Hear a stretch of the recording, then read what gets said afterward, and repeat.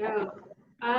This is how we say hello in Rituman here. So thank you, Anne, so much for joining us. You sit at the PPP are really overjoyed to have someone such as yourself joining us. And we have some questions about life, about your career path, and how you got to where you are. Before we begin, would you like to introduce yourself in any way that feels comfortable? Sure. My name is Singeo. I'm executive director for Ebiil Society. I also co-founded the organization in 2005, and we work in small communities to help communities identify their own environmental issues and identify solutions to addressing the issues that they have, but even more important, identifying solutions that are sustainable for those communities. Wonderful. Thank you so much. How's the conference going? It's going good. It's big, and the issues are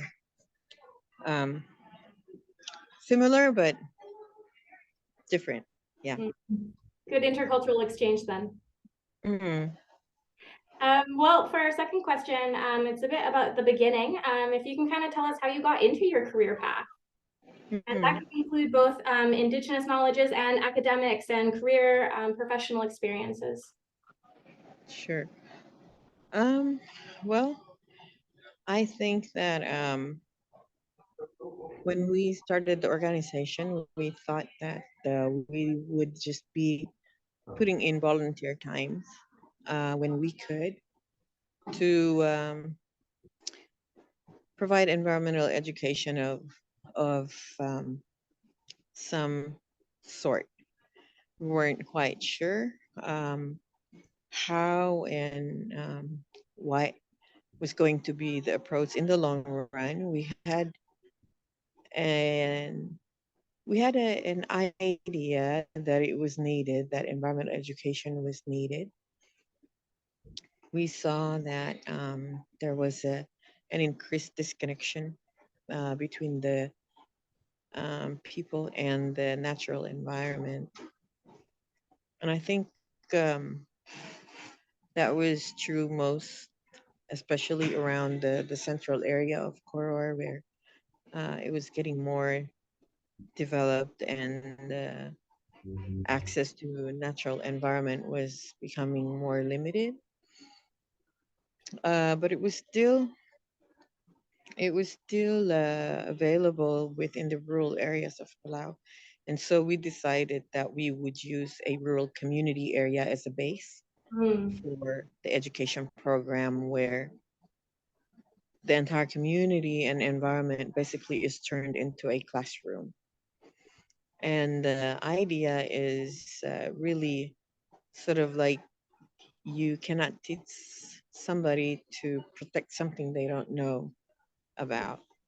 And so with that idea, we launched our first children's program, and it was pretty good. And we had a lot of positive feedback from the participants themselves, and especially with the parents and people in the community. I think from all different directions, people felt rewarded, and that the reconnection with the natural environment was um, a very rewarding experience. And so from there, we decided to do more of that similar approach of environmental education. And that's how we began. Really neat. I love what you were saying about needing to have a real relationship with what you need to protect and moving into space. That's very smart and strategic. I like that. So with our second or third question that we got here are, what are some of your personal core values that you carry with you throughout both the Ebiil Society, and like you're a part of a lot of different things, so you have your core values that you take through all of those. Could you speak on that for us? I think one of them is that I basically grew up um, with the in a space where we are taught that the natural environment is an entity of itself, and um, that it is not ours. Um, that we must always ask for permission when accessing that space. Um, there's a lot of sacredness and spiritual respect. Um, is the relationship that we maintain with the natural environment, and I think I recognize that um, mm, when when teaching within that realm, you develop a much higher sense of of respect uh, and appreciation for that connection than to just teach about it as a as an object. But I think that the teachings of caring and nurturing those relationships with the natural environment is more valuable when you enter it from that perspective of sacredness, and that in itself also makes it a responsibility to pass on those same values to the next generation. And then on the other hand, um, I think it was also a big inspiration by from my father, who was an adventurer. Um, he was always thinking about the next adventure that we would have on the weekend or during full moon, or and then he is also the person in my life that always reminded me that if we give children happy childhood memories, that they would grow up to be more resilient people.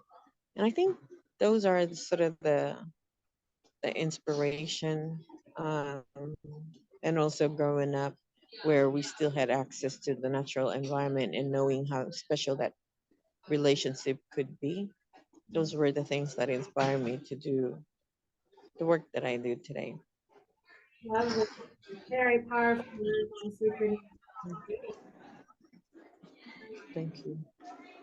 Our next question is, which you, interestingly, you touched on the patriarchal aspect of this question already, so I'd love to hear the patriarchal side. This next question is, can you tell us about the role Indigenous matriarchal practices play, and Mm. in your work that you do? Mm. Well, I always kind of, I think that women, we have this natural ability to care and nurture. Um, and I think that's given to us by uh, as part of our creation. So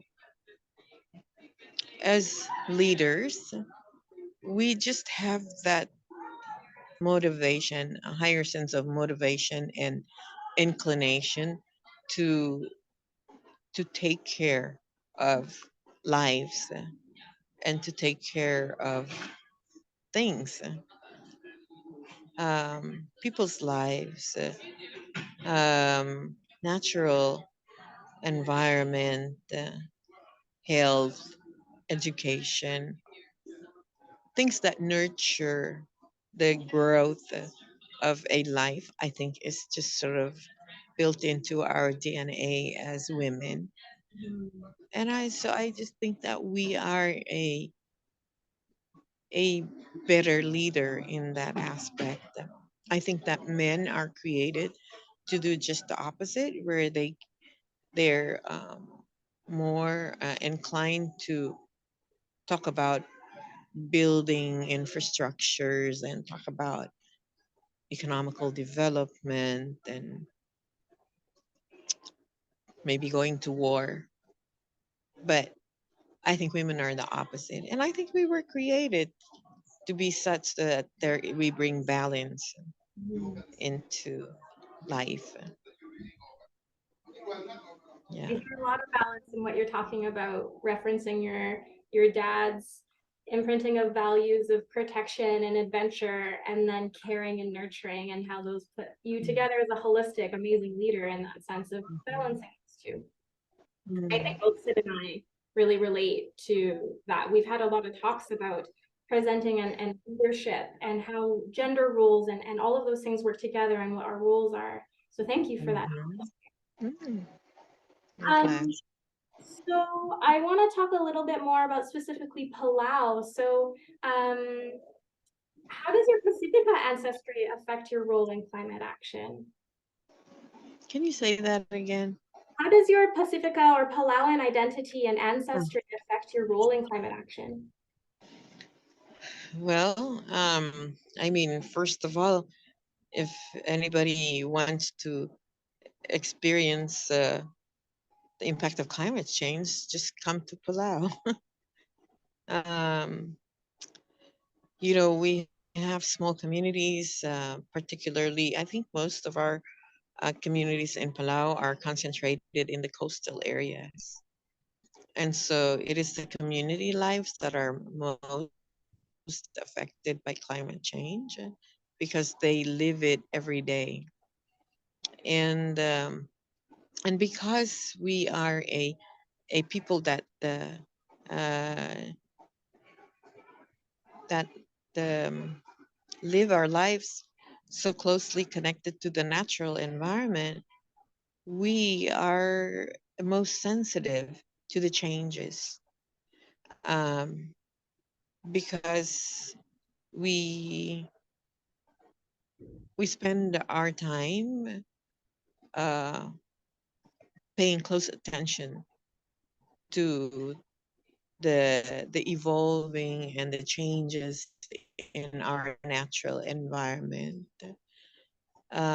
because that's how we make decisions, um, to go fishing, to go farming, to go hunting, to collect medicine. All of this lifestyle greatly depends on your well developed senses and observations of the natural environment. And so climate change throws a lot of those things out of order for us. Like fishermen having a difficult time predicting the weather, it affects their fishing trips, bringing food home. It affects a lot of things. And I think, this is such a vast topic that you could pick if we could pick something within the spectrum and talk about those things. I think that may be fruitful. But like in in uh, in Palau, our food systems is what have sustained us for thousands of years. Those food systems are vested within those natural settings. They're dependent on those natural settings, and these food systems are is what ensures that the most vulnerable members of our society are well taken care of, so that no one is going hungry. Like, it is the task for the stronger and the younger people to feed the elderly in communities. to share food with the families with most children. Um, as soon as an event takes place, whether it's a celebration or it's a tragedy within our cultural um,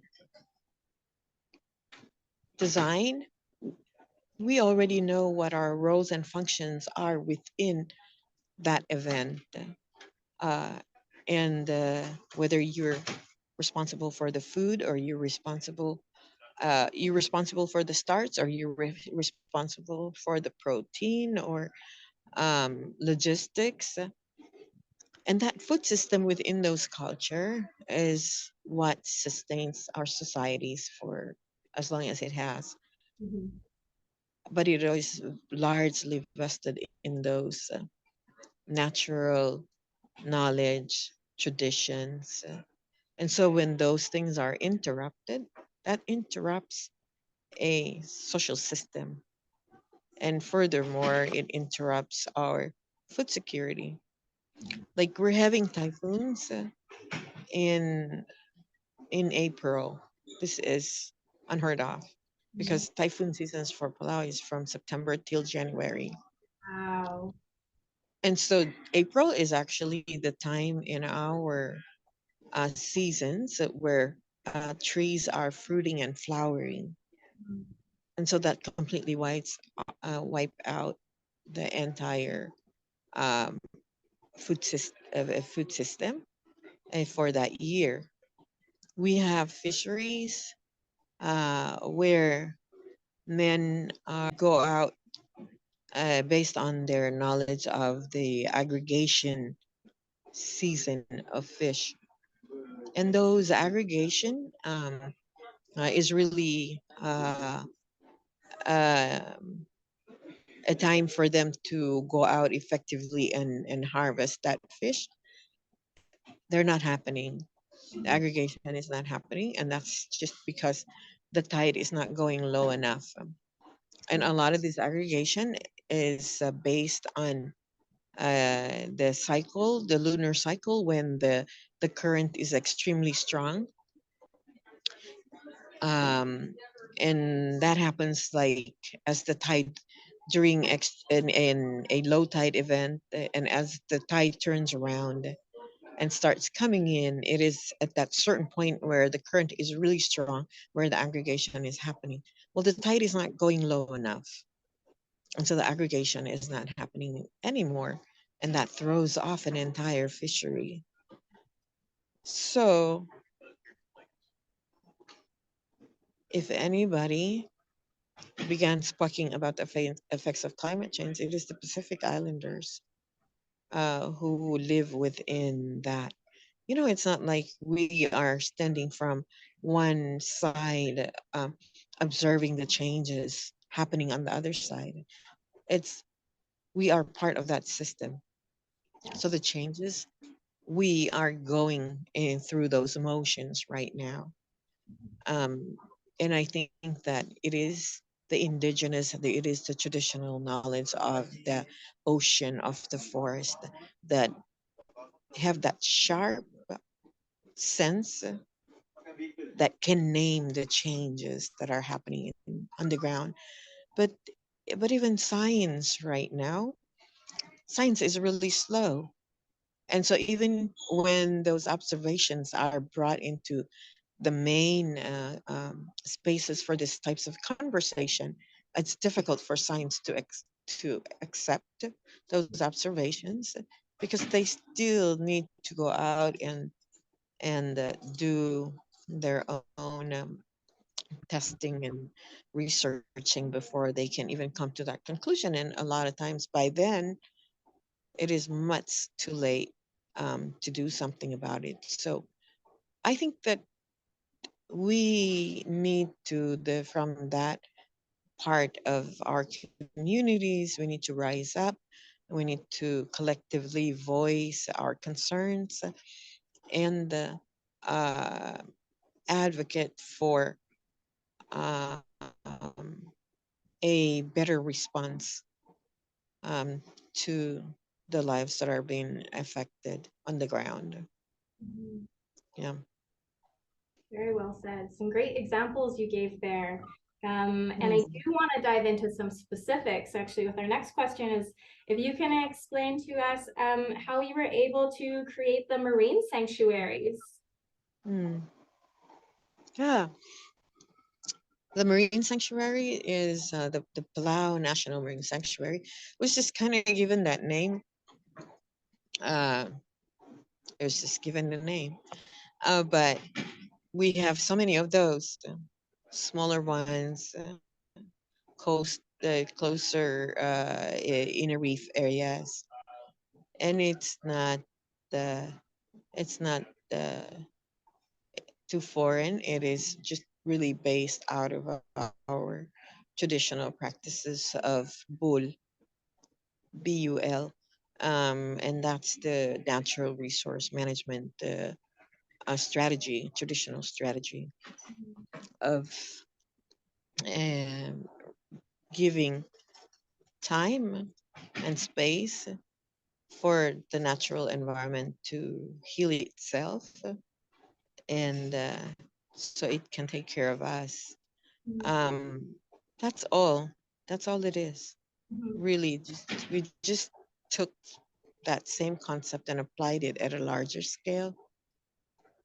Um, and I think it's really out of that sense again of how the natural environment is its own entity, has its own spirit, and when we are not mindful of our interaction with it, we become sick. Mhm. We and so it was out of a sense of responsibility and obligation that drove us to take such measures. And and here at this point in time, we're at this junction where even some of us have not um, been nurtured in those same values, and look at natural resource as a place of exploitation and for money, Mhm. really. So we have this argument now between um, money, profits, corporate cultures of earning profits, and traditional cultures of respecting the spirit of the natural environment. Mhm. And it's a difficult conversation because we're basically speaking two different languages and trying to come to an agreement somewhere. Um, but we cannot give up. We have to we have to stand for what is right, and we have to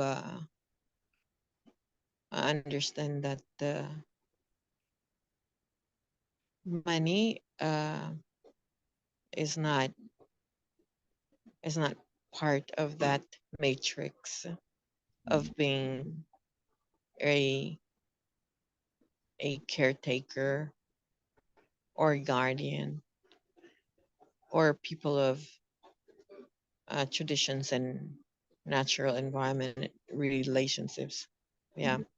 So somewhere we're gonna have to like figure out how to keep everybody happy. If ever. Um, mm, mm. Yeah.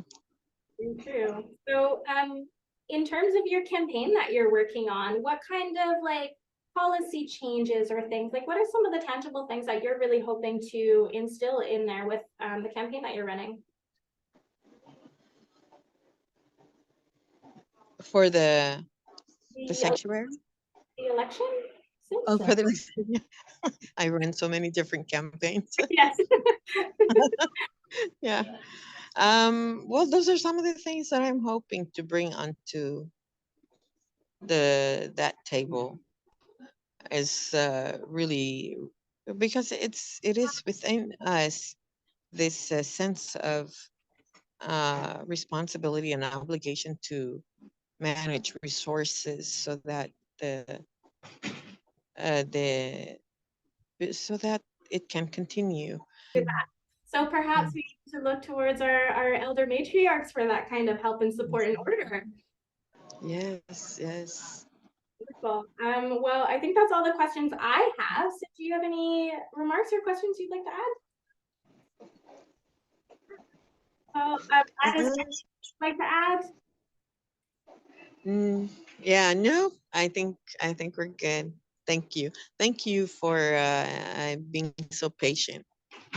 Thank you. You know, it's Pacifica time. That's how it is.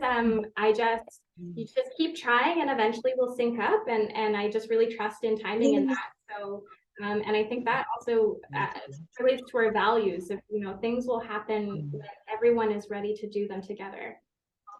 Yes, yes, absolutely. So thank you. Wonderful. Well, thank you so much, Anne. We raise our hands to you and good luck with everything in Seattle. Good luck with the elections. And we hope to keep in touch. We appreciate all that you've done for us.